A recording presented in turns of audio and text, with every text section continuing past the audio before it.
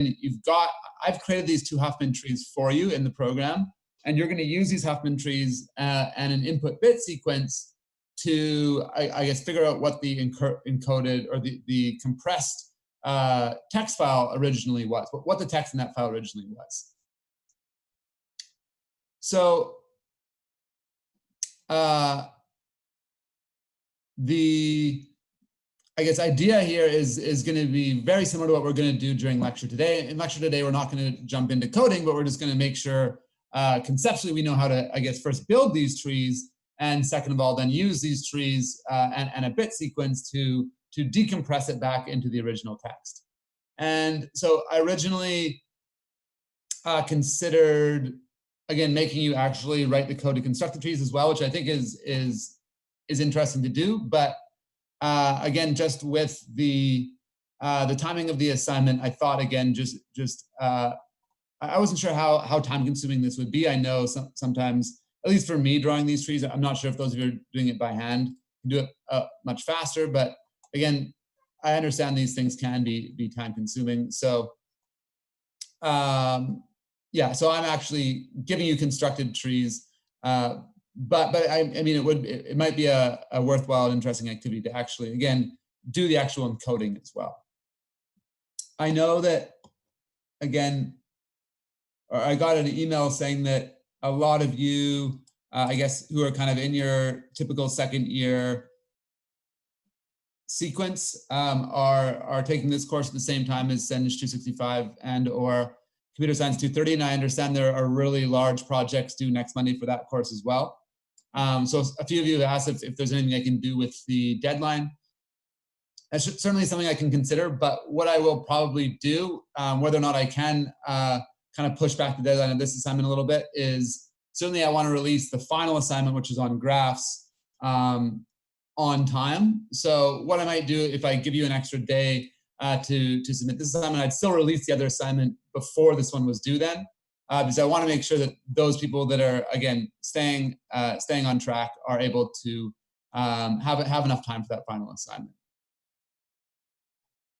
So I know, well, I hope some of you have had a chance to look at this assignment. Is there anything that jumps out to people that they're not sure what I was asking or anything like that? Again, not really questions on how to do something, but more questions on what you're expected to do.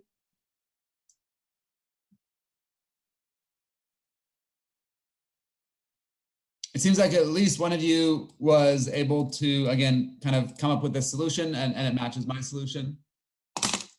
Question 2, you're a bit confused on. Yeah, so it's just, okay,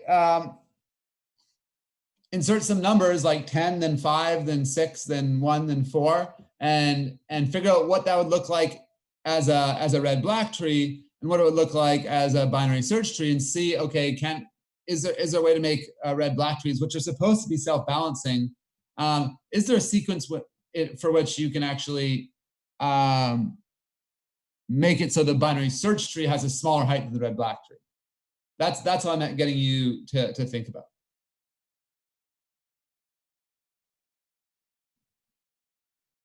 Yeah, there's lots of simulators and stuff that allow you to do this a little bit more quickly as well. Yeah, all I'm getting is, because we kind of talked about how the big thing with these red-black trees and ABL trees is they self-balance through, I guess, with ABL through the rotation and imbalance, and with red-black trees through the red and black coloring. But the question's really asking you to say, okay, well, I know this red-black tree is supposed to stay balanced, but are there ways that actually it is less balanced than a regular BST that doesn't have any balancing mechanisms? Yeah. Any other questions? Yeah, so today we're going to do a non-recursive version. So I'm getting you to try and do the method recursively for the assignment, just because otherwise it would basically be copying the code line by line from what we're doing today in class. And again, the recursive solution is not very different. It's just obviously recursive, but the same kind of, it's going to involve the same process. Any other questions?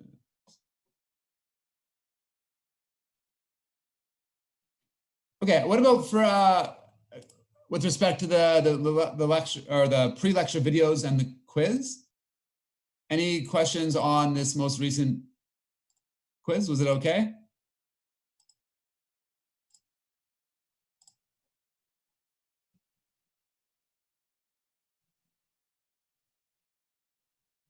Yeah, so again, what we're thinking about is, I guess we're assuming that we've come up with this Huffman tree to encode this word science, and we're trying to just see, okay, how do we encode the S? Well, the S we see would be a right, left, left, which would be a 1, 0, 0. So the S is going to be 1, 0, 0. The C is going to be left, left, which is 0, 0. And you're just going to kind of come up with the binary sequence representation for the word science based on this Huffman tree. Any questions?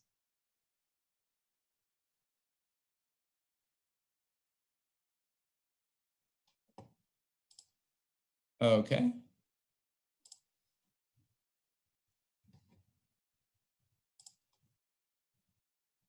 Schedule.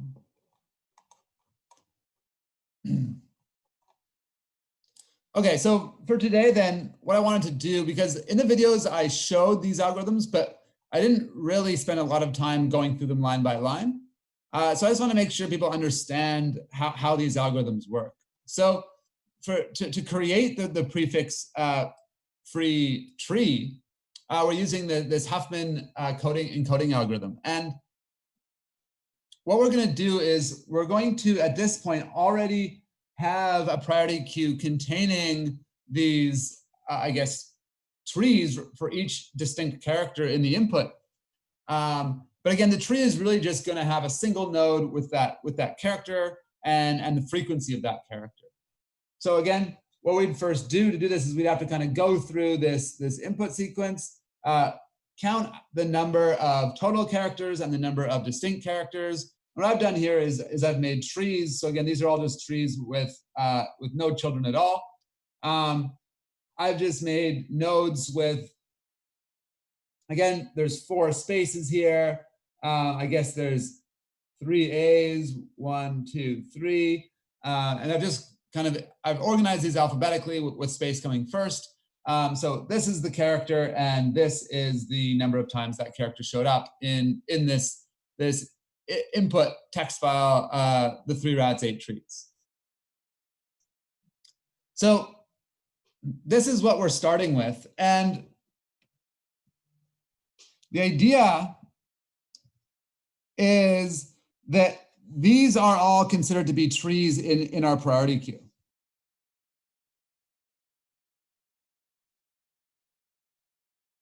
I actually could have done the 3 rats or treats. That would have, it would be a slightly different tree because the R would have definitely come before the A then.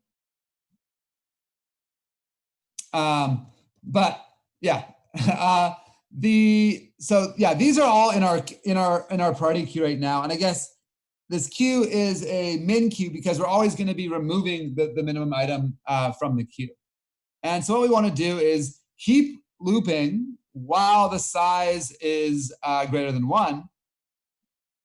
And what we're going to do is we're just going to, and maybe I can actually take us through this. Why don't I scroll down a little?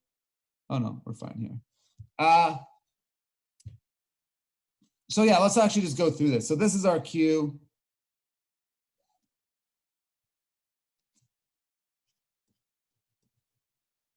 We're going to say, while there's at least 1 item in this queue, let's make F1 the minimum key.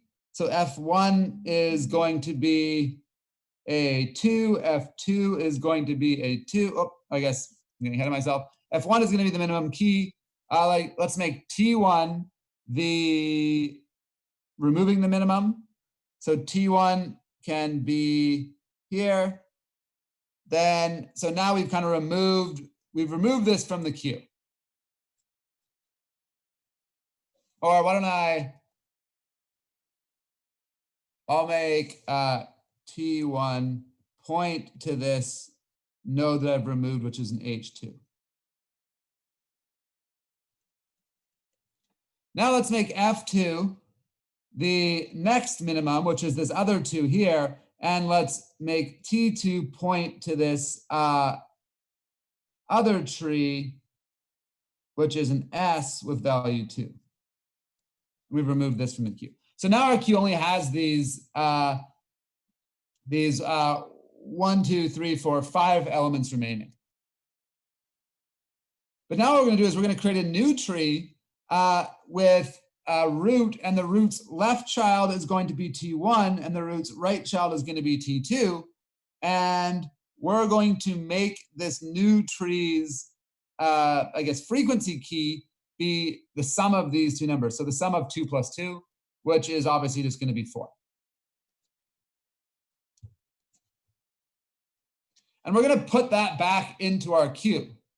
So now our queue again still has the 4, the 3, the 5, the 3, and the 6. But now, whoops.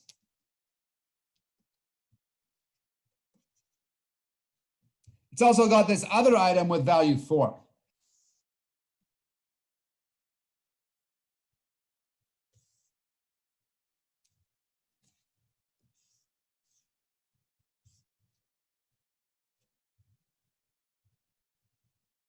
Whoop.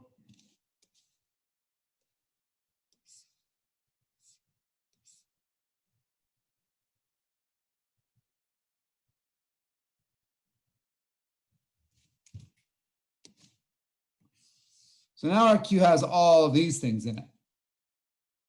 And we're just going to keep going, and we're going to say, okay, as long as our queue isn't empty, let's keep doing stuff. So again, we've got a new queue now. Our queue now looks like what I've got over here.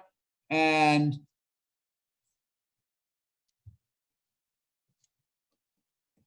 we're going to say, let's now get the 2 minimum values, which are going to be F1 is now going to be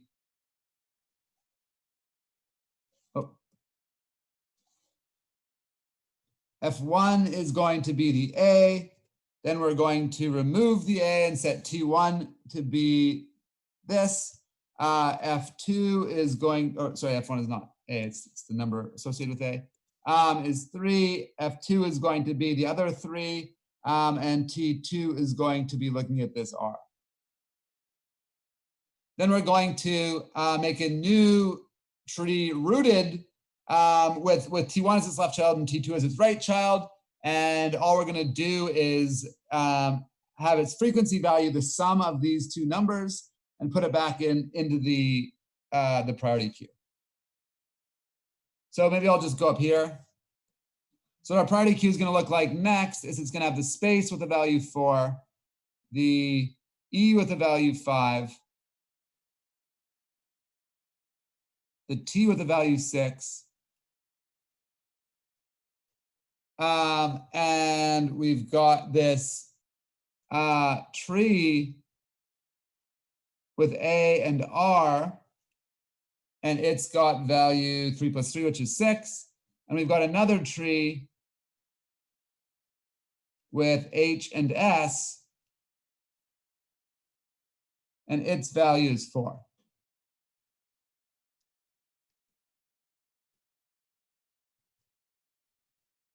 Any questions with how I'm doing this?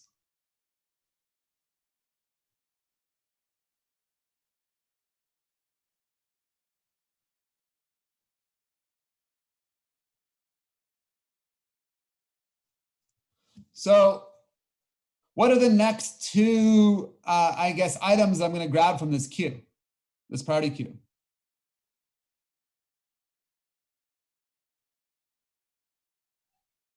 Why did the new tree come first?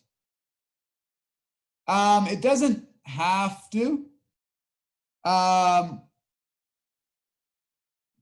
Again, the priority queue, I'm not actually organizing it by a priority queue, but again, the priority queue will have these two items will be removed first. I could organize this. I'm not actually organizing it numerically or anything like that.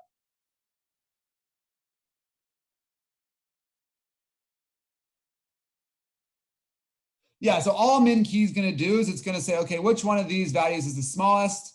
And I guess we can just say this is because it's the leftmost one. So I'll just say, okay, our next T1 is going to be 4. I can just put it below here. Next iteration, T1 is going to be 4, or F1, sorry. The min key is going to be 4. Tree 1 is going to be this one. Then we're going to remove it. So the next minimum after I've removed this 4 is only going to look through these keys. We know that this is going to turn into the root if it's a min heap. So 4 is going to be the next F2 is going to also be a 4, and T2 is going to point to this whole tree. It doesn't have to be ordered. Again, we don't really know that this, I guess this priority queue could be implemented with a heap or with just a list, whatever we want. We probably want to do it with a heap. But all I'm doing is I'm just making sure that whatever is in this priority queue, I'm just removing things in the right order. So I'm just saying that I've got this priority queue here, and I just want to make sure that I always do remove the min correctly. So when we merge these two things, we're going to have, again, I'll do that in black, I guess. So we've got the space, and it's going to be merged with this with a new root, and on the right side of this is going to be T2, which is this other node that goes down to the H and the S. And their frequencies are both 4, so the new frequency here is going to be 8. I'll try to draw my trees in black and my frequencies in a different color. So we still have the E, we still have the T, and we still have the A and the R tree.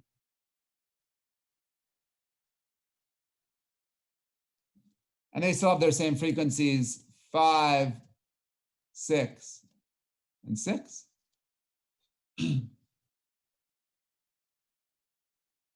And again, all we've got, so now what we've got in our queue is all of this.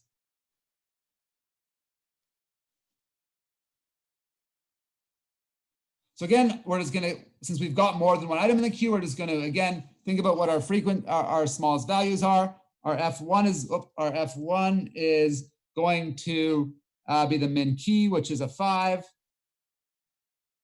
T1 is going to point to the smallest item removed. Then our next smallest frequency is going to be a 6. And T2 can point to the next item here. And what we can do is we can now merge them. So we're, again, just going to make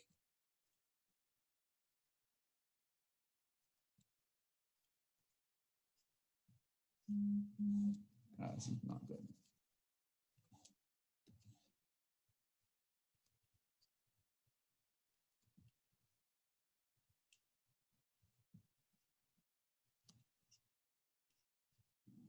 We're going to make this E and T into a new tree.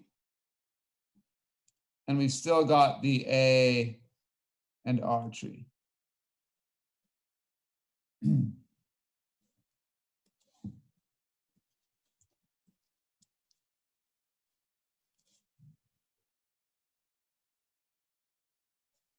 Yeah, so how you choose these is arbitrary because it's still gonna, I could have chosen E and AR here as well. Yeah.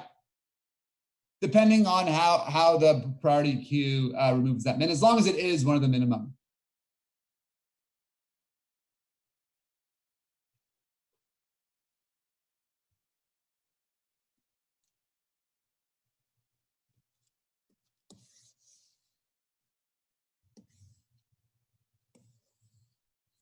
So again, we're just going to look at the minimum values again. And what we're going to see here is now our minimum is F1 is 6, T1 is this.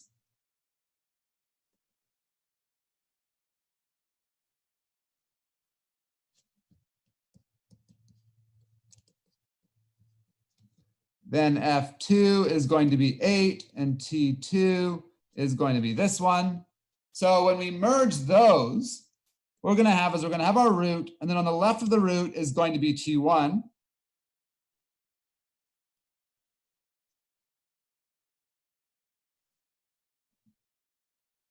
On the right of the root is going to be this other massive tree.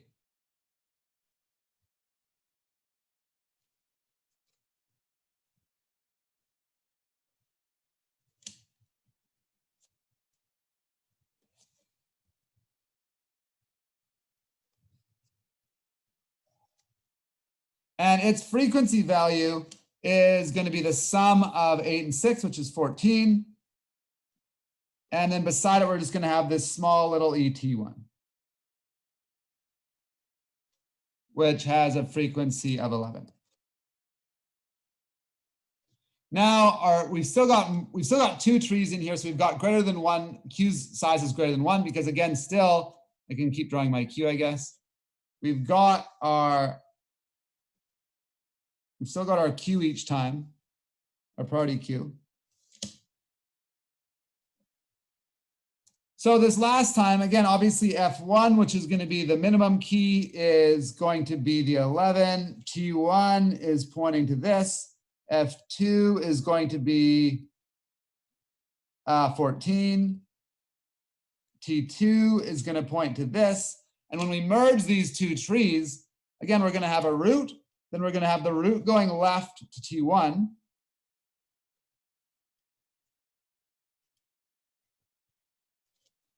On the right of the root is this other tree, T2, which goes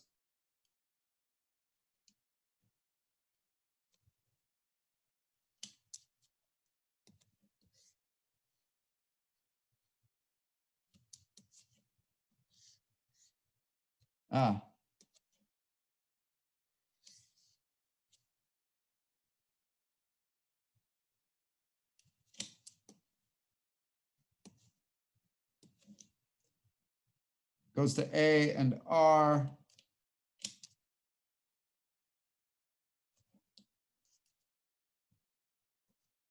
I'm not gonna have enough room here, but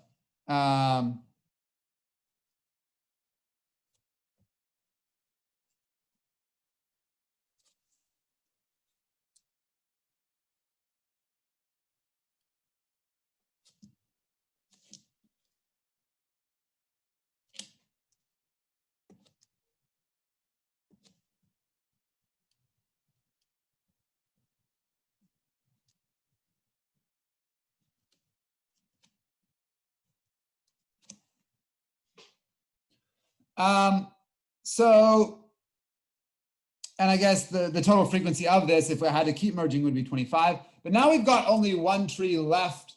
I've been doing it always on the right because I've always just been saying that F1 is and T1, if we look at the formula on the right here, F1 and T1 are going to be the first item removed. So they're going to be the minimum key. And I've always saying that put on the roots right for this particular way. It doesn't have to be. I've always said make T1 go onto the new trees, be the left subtree, and then T2 be the right subtree.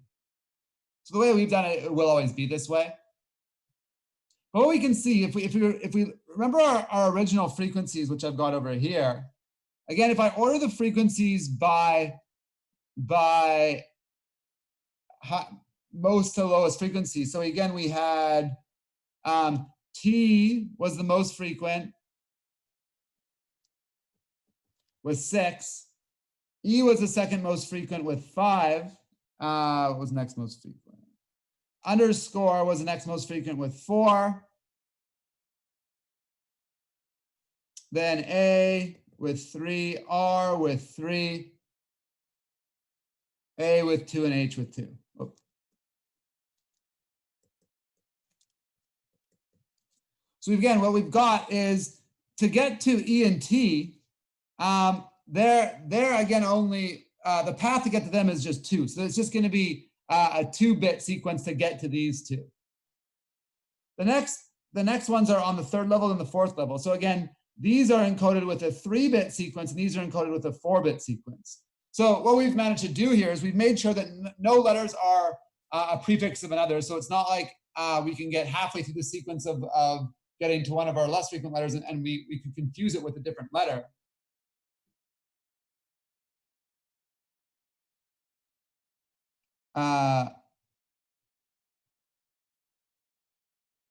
What are you saying, Josh? S2, not A.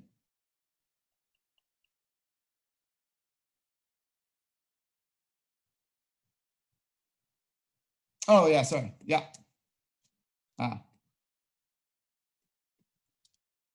This is an S? Yeah, this is an S. Sorry. Yeah, I see. And so again, what we want to do is we want to, again, if we're saying our input text has a lot of T's and E's, we want to be able to write them, and we want to compress this file into as few bits as possible. We're able to write those really common letters, T's and E's, with just 2 bits.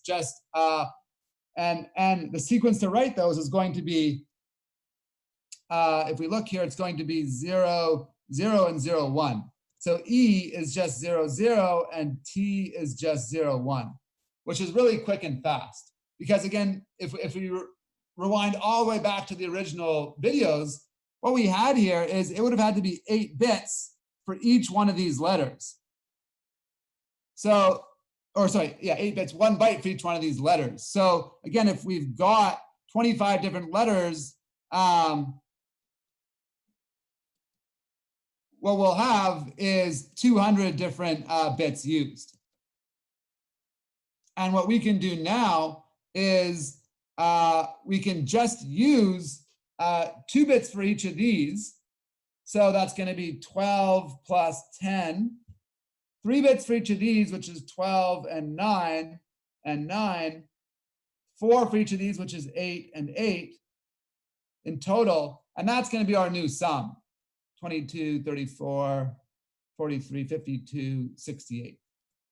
So we've used only 68 bits instead of 200 bits. So again, we've compressed this file a ton. It's now like 1/3 the size that it would be if we again just use ASCII encoding. And that's kind of the idea we want to do here. Again, when you're compressing files so you can email them and take up less space, you're trying to do something like this. These are how many times they occurred. So this is the character, and this is the frequency. So how many times it occurred. So again, if there is 6 T's and we can encode a T with just 2 bits, then we're going to be able to encode all of our T's in just 12 bits. We're going to be able to encode all of our E's in just 10 bits.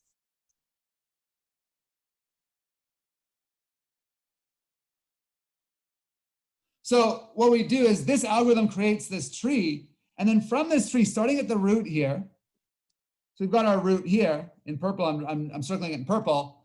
Again, we go every time we go left. Every left path is a 0. Every right path is a 1. So again, to get to the E, we go left, left. So E is 0, 0. To get to the T, we go left, right. So it's 0, 1. To get to something like the H at the bottom, to get to the H, it's going to be 1, 1, 1, 0. So it takes 4 bits. And that's why if there's 2 H's times 4 bits, it's going to be 8 overall.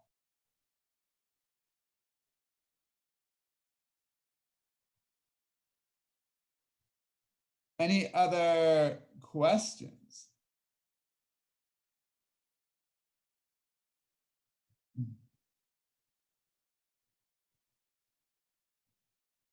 And this can be used in other types of media as well, like sound files and image files. Again, if every kind of pixel in an image can be represented by an RGB color, and you've only got a certain different set of colors in the image, you can come up with the same thing. Whereas each one of these nodes, instead of being letters in our tree, one might be, okay, this is for all of the red pixels, this is for all of the orange pixels, this is for all of the blue pixels, and you can compress that image file into a bunch of just into a binary source file with just ones and zeros. And then when we decompress it, we can say, okay, as we go through the image from the top left corner all the way across, and we re-put all these color bits, we can figure out what color each of these pixels are based on whether they go left, how they get from the root of the tree down to that color bit. Does that kind of make sense?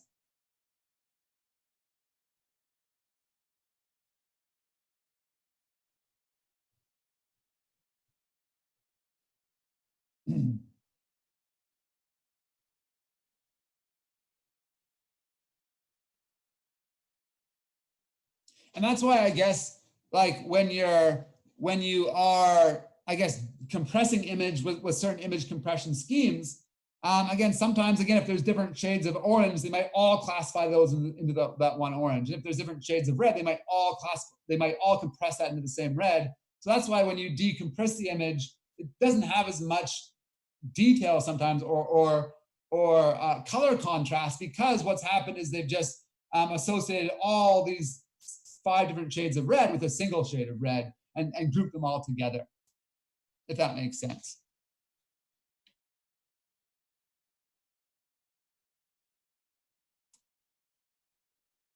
Does this make sense to people? Chat's pretty quiet today.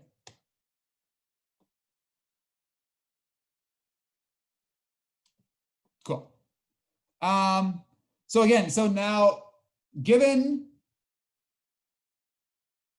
so if I erase all this now, given, again, an input text file like we've got here, and assuming you can just count up all the different unique letters like I've done here. So again, count it up that there's 4 spaces, there's 3 A's, there's 5 E's.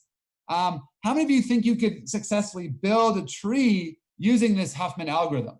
And I'll do a quick poll here just to see how people found this.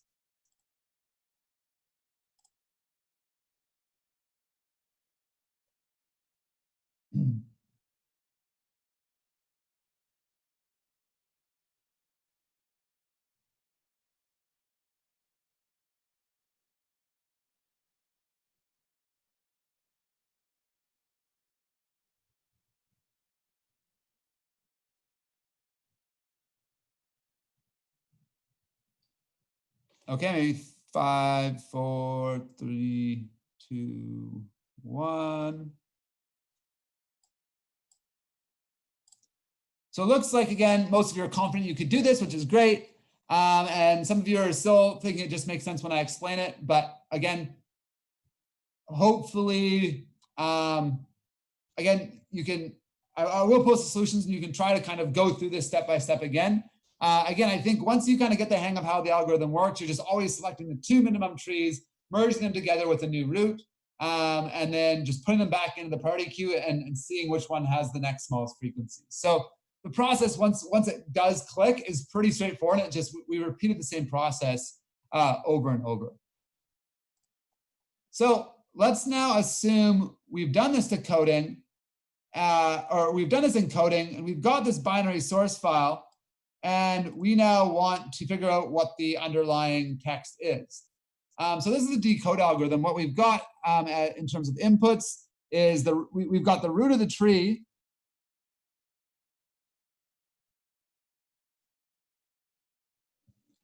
and a data source.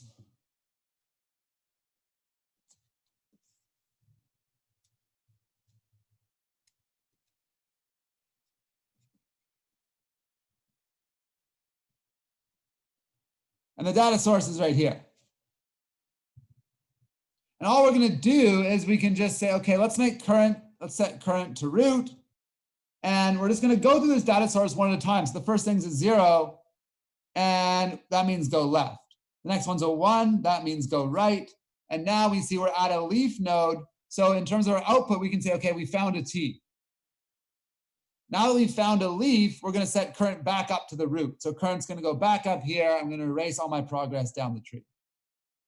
And we're just going to keep reading through this input. So again, we've got a 1, so I'm going to go right. We've got a 1, so I'm going to go right. We've got a 1, so I'm going to go right. We've got a 0, so I'm going to go left. And now I'm at a leaf, so I'm going to output that letter and set my curve back up to the root. So we found a letter here. We found that this 0, 1 here was a T. Then we found that the 1, 1, 1, 0 was an H. And we can just, again, keep going through this. So again, I'm going to go 0, which is left, 0, which is left. Oh, I'm at a leaf, so I've got an E. So we've now found another letter. This 0, 0 was an E. I'm going to be back up the root now. Again, because every time we find a letter, we're saying current back up to the root. I'm going to go 1, which is right, 1, which is right, 0, which is left, and I found a space.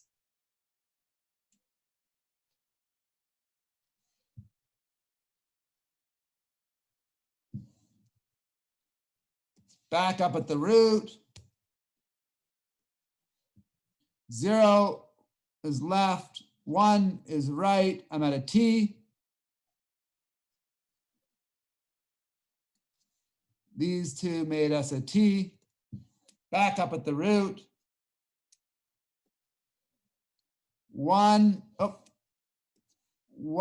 is a right, 1 is a right, 1 is a right, 0 is an H.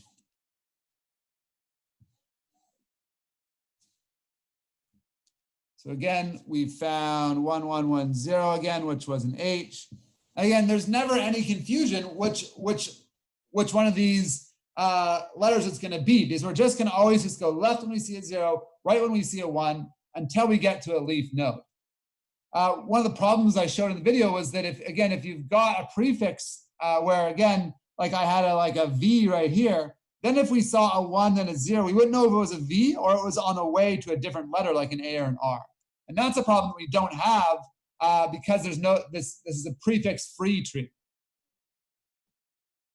Any questions? How do we keep track of B? Of B.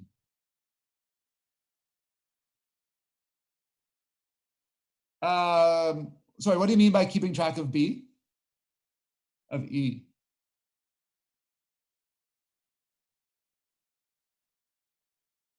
So all B is I'm reading through this sequence down here one bit at a time.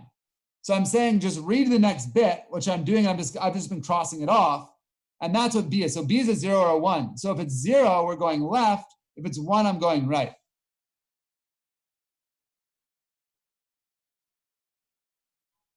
So B is just going to be reading through this binary source file one bit at a time. Does that make sense? Yeah. So in your assignment, I've just got B is just a queue. So all yours are just queuing the next bit one at a time and going through these bits one bit at a time. And then you've also got your tree, which you always have access to the root. And from that root node, whenever you read a 0, you can go to its left. Whenever you read a 1, you can go to its right. And you can obviously detect. All you have to do is figure out how to detect whether the current node you're at is a leaf node, because if it is, then you can get the letter that node is holding and then go back up to the root and continue reading through the queue that has all the 1s and 0s in it. Does that make sense?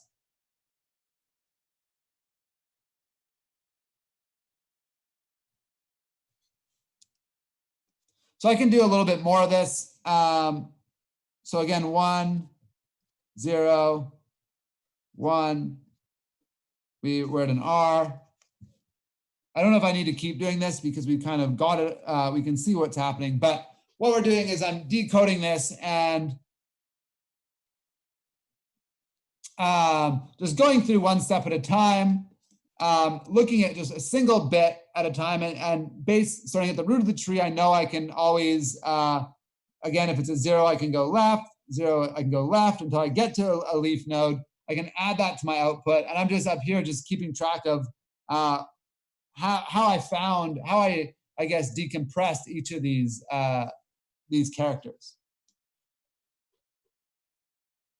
Again, we see we've got 2 more zeros, which is going to be another E. And we've got our word 3 here.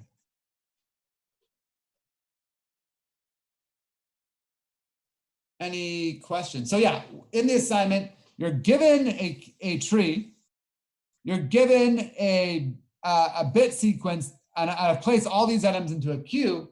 So you can just dequeue these bits from the queue one at a time and traverse through the tree accordingly until you find a leaf node. Once you've finished reading through all of the bits, so once you get to the end and you've read all of these bits one at a time and the queue is empty, then you know that you fully decompressed that message and you should have the final string.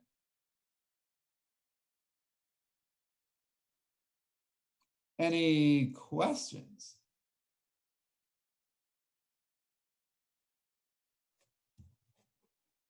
So I think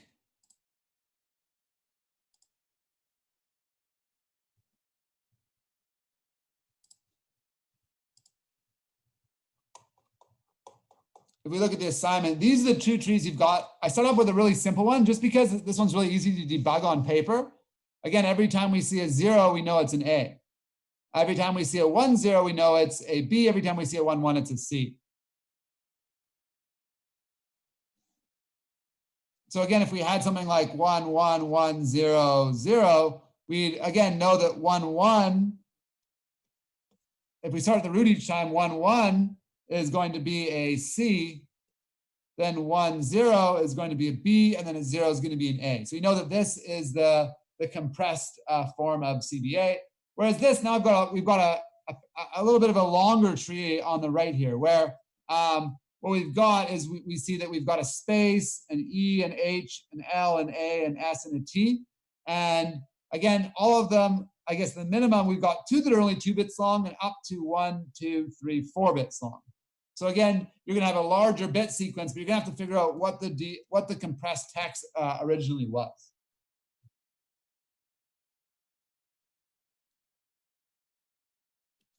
And I know at least one person has emailed me and said that they've got it working and they got the right output that matches the was I was expecting. Any questions? So for this, I mean, we've been talking over the last week or two about kind of trees and balance, and instead of just getting you to do another assignment that just got you balancing trees, I decided to kind of push that to the lab this week, because you've already kind of done a little bit of a binary search tree type programming activity with the previous assignment where we were doing word frequencies.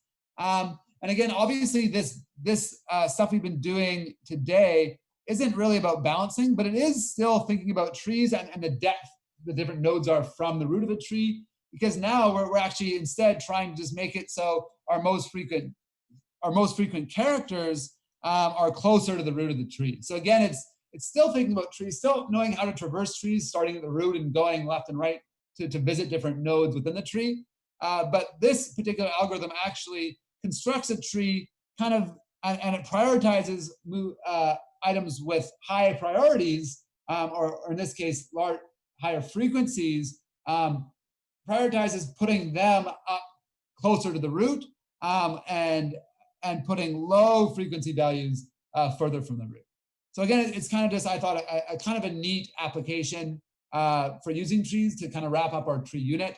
And it is something that you might see and go a little bit deeper in into depending on the, I guess, the types of senior courses you do. Certainly Huffman trees are talked about in some higher level theory courses and maybe even some kind of data mining type courses when you're thinking about organizing data and compression. So again, something that I thought, nice way to wrap up this unit, and also something that might be useful that you'll see and maybe go into, implement again or work with again, depending on if you're doing a graphics course or some other theoretical course. Any last questions?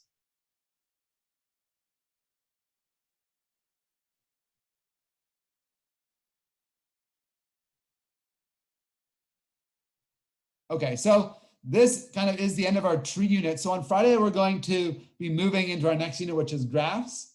And the graphs unit, again, we're going to basically spend the rest of the semester doing, and then it's actually going to continue to 226, and you're going to go even further with graphs and start thinking about, I guess, more complex graphs.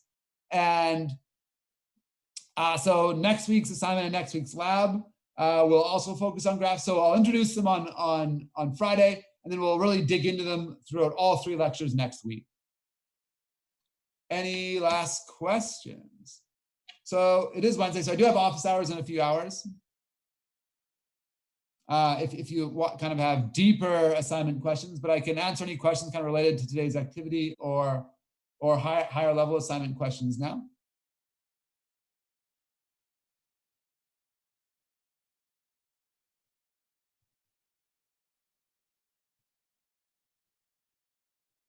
Okay, well, yeah, good luck with the assignment then. Maybe see you in office hours. If not, I'll see you on Friday as we begin our graphs unit. The recording has stopped. Thanks, everyone.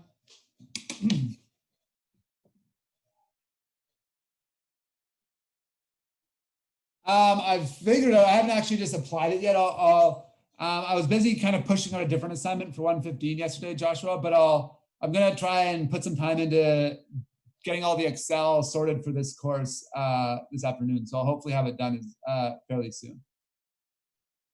What I'll do is I'll post a PDF, and I think I'll have your original midterm 1 and midterm 2 grades, and then the updated ones, and depending on which one got pulled up, just in the next 2 columns, and I'll try to like highlight the one that got pulled up with a green or something like that, shading or something like that. So then when you have the PDF, you'll be able to see all your grades, and you'll be able to see the original and the updated scores. That's my plan right now.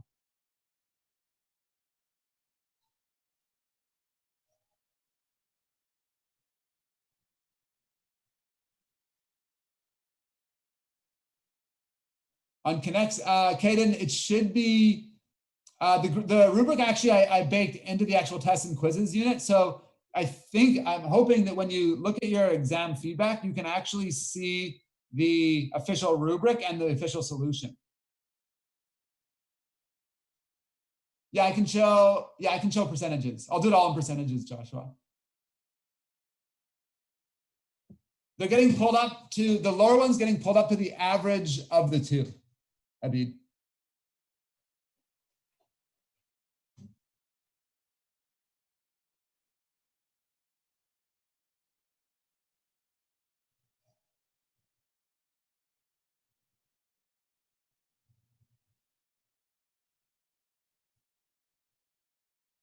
Any other questions?